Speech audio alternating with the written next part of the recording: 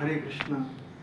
बहुत बार ऐसा प्रश्न उठता है कि भगवान ऐसा कार्य कर रहे हैं, मैं भी वैसा ही कार्य कर सकता हूँ, तो भगवान में मेरे में क्या अंतर है? क्योंकि भगवान वैसा कर रहे हैं तो मुझे करने में क्या आपत्ति है?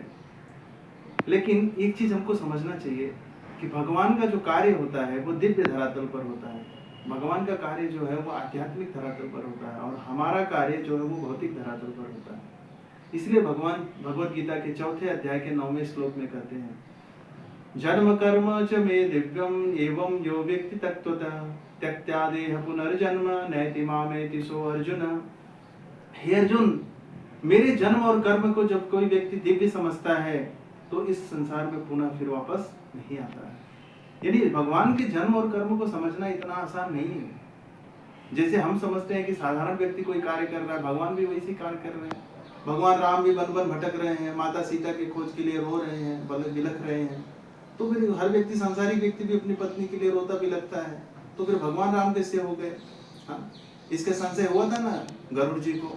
गरुड़ जी जब भगवान राम और लक्ष्मण को जब उनको नागपाश से छुड़ाने के लिए गए थे तो उनको भी मोह लिया, जबकि भगवान के वो भक्त हैं, शुद्ध भक्त हैं। लेकिन कभी माया जब हमारे ऊपर प्रबल हो जाती है तो हमको भगवान की स्मृति विस्मृति में बदल जाती है। इसीलिए भगवान की लीलाओं को कभी साधारण नहीं समझना चाहिए। आज हर कोई व्यक्ति भगवान की लीलाओं को बड़ा साधारण, बहुत हल्के से लेता है। हल्के से लेने का पर्याय क्या हो जाता है? उसको भगवान की लीलाओं के बारे में पूरी तरह से जानकारी ही नहीं है, शास्त्र की जानकारी नहीं है। इसीलिए शास्त्र को पढ़ना चाहिए, शास्त्र को समझना चाहिए। प्रभुपाद जी ने अपने अनेक ग्रंथों में बार बार भगवान की महिमा मंडित कर रहे हैं, चाहे वो श्रीमद् भागवतम हो, चाहे वो श्रीमद् भगवत गीता हो, चाहे कोई अन्य पुराण हो, चैतन्य चरितामृत हो। हाँ, हर प्रकार के ग्रंथों में भगवान की जो है प्रशंसा की जा रही है। क्यों? क्योंकि जब तक हम भगवान की प्रशंसा नहीं करेंगे हमारी बुद्धि जो है शुद्ध नहीं होगी।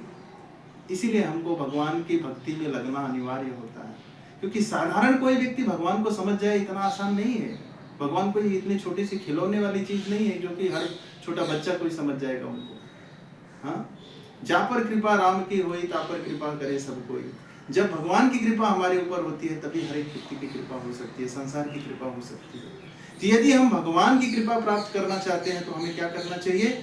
हमें ग्रंथों का अध्ययन अच्छे से करना चाहिए। और किसके साथ, किसके द्वारा करना चाहिए? पारंपरिक प्रामाणिक गुरु परंपरा के द्वारा हमको ग्रंथों का श्रवण करना चाहिए, श्रीमद् भागवत का श्रवण करना चाहिए। इसीलिए प्रभुपाद जी ने एक पद्धति बनाई है कि सुबह जो है श्रीमद् भागवतम हर इस्कॉन मंदिर में सुबह होता है और शाम को श्रीमद् भगवत गीता का पाठ हर मंदिर में होता है, जिसके द्वारा हम भगवान की महिमा को बार बार स्मरण कर सकें। क्योंकि बार बार जब हम स्मरण करेंगे तो ही हमारी स्मृति में भगवान बने रहेंगे। तो इस प्रकार से हम भगवान को कभी नहीं भूलेंगे और भगवान की लीला को हम अच्छी तरह से समझ पाएंगे कि भगवान की लीला जो है वह कदापि भौतिक नहीं है, वो आध्यात्मिक है। वरना 7 साल का बच्चा 7 जो है मील जो है 7 कोस का गोवर्धन पर्वत अपनी छोटी सी उंगली, बाएं हाथ की उंगली से 7 दिन 7 रात तक कैसे उठा के रख सकता है? ये आश्चर्यचकित बात करने वाली है। एक छोटा सा बच्चा 3 दिन का 4 दिन का इतनी बड़ी राक्षसी पूतना का वध कैसे कर सकता है? हाँ, कितने सारे अष्टासुर, वक्रासुर, अघासुर, बकासुर, इतने सारे असुर आए और वह बिना किसी अस्त्र शस्त्र के कैसे कोई मार सकता है? इसका मतलब इसके पीछे रहस्य है। तो वो रहस्य हमको कैसे समझ में आएगा? जब हम ग्रंथों का अध्ययन करेंगे, तब प्रामाणिक व्यक्ति के द्वारा हम जब श्रवण करेंगे तब। तो हमको क्या करना चाहिए?